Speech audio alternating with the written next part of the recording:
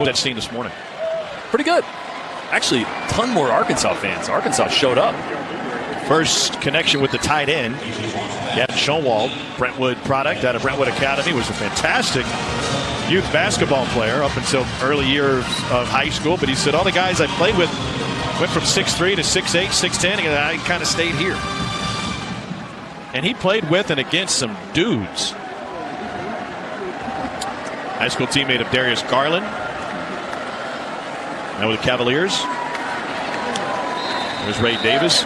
Cole, I guess you get better if you play with and against the best, and that would explain Gavin Schonwald's AAU and high school career. What did he tell us? He played with or against 9 of the 14 top NBA selections in the draft? 8 of the top 12 selections in the 2019 NBA draft. He played with or against, including Colin Sexton, who played here, Marvin Bagley, others. Yeah, I found some footage of him in 9th, 10th grade, and he was even with a couple of centers that came out that year, but as he stated, they got up close to 7 feet. He didn't. Swan going deep into coverage and just past the reach. Do not like seeing Jordan Battle grab down at that hamstring right there towards the end of that play. A guy that Travaris Robinson told me, I only have one way to describe 9 to you, a guy that I don't want to go into battle without. And Jordan Battle's going to come off the field.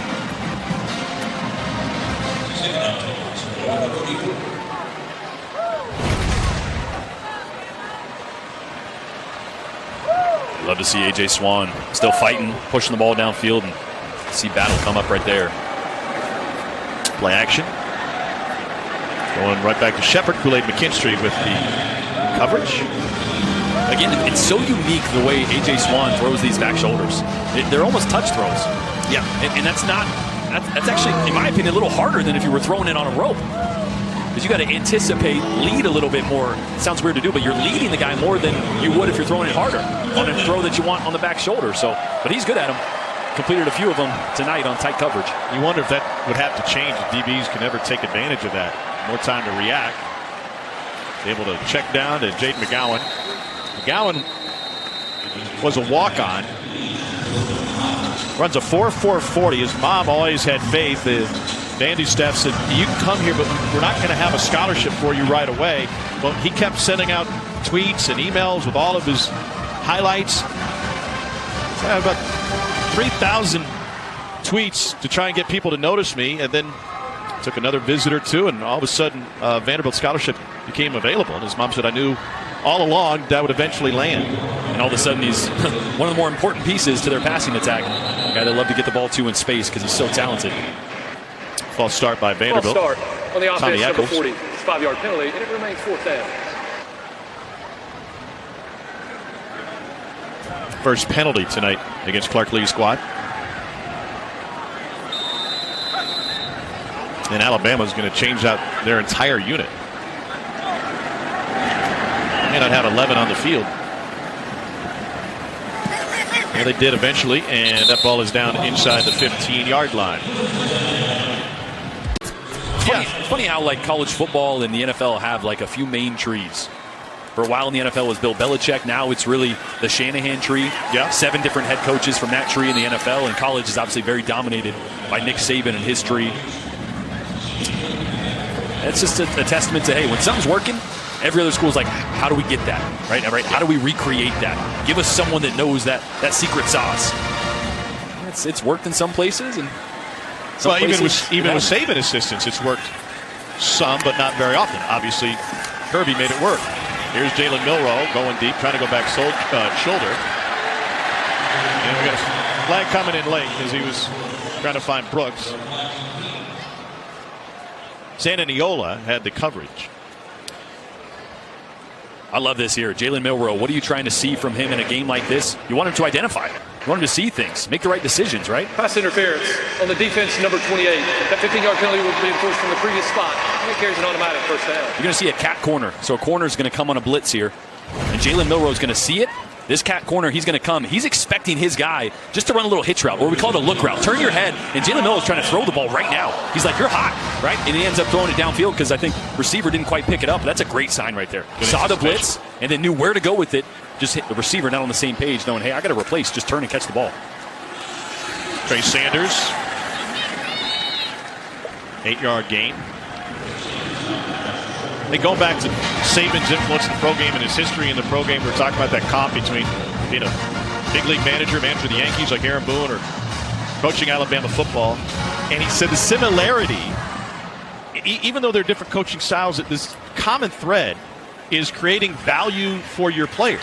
And if they understand that you can create value for them, whatever that might be, then they're going to listen to you, and you're going to have value as a coach. And that might be, he said, listen, I don't know Aaron Boone's situation, but if that means you pull Giancarlo Stanton aside and you say, hey, I can help you reach your goals, and you've got a contract coming up, and this is what we need to accomplish, then they're going to listen to you because we've stated and communicated our goals to each other. I can help you achieve that. Yeah, nobody better than Nick Saban in this Alabama program at turning prospects and recruits Pressure into NFL players. They'll roll with the U-turn. And that's really the value, right? I mean, you come to Alabama for two reasons. You want to win a championship, right? They have proven that they're going to put you in an opportunity every single year to have that, right? And if you're there for 4 or 5 years, you're going to win one. It's kind of been the track record. But in more than that, even so, the ability to develop you into a player that can excel at the next level. And that's what he's achieved so well. If you plug in, you do what I tell you, you buy into the system, you're going to develop, you're going to be able to play at the next level.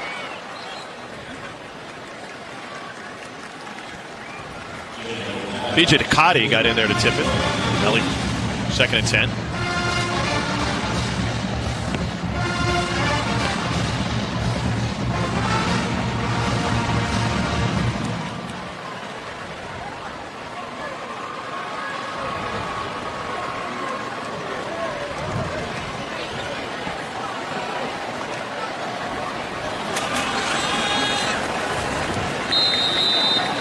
Bama will run it. They pick up 6 there.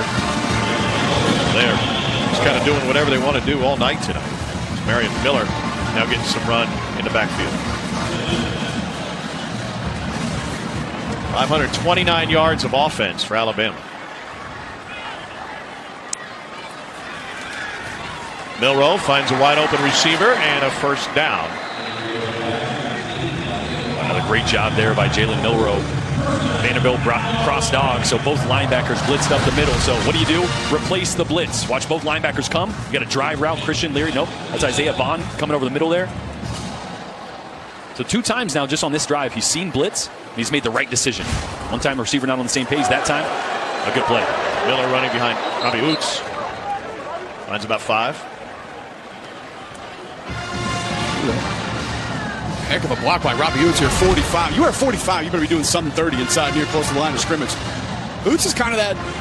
He's kind of that lunch pail guy. He does a lot of the dirty work near the line of scrimmage.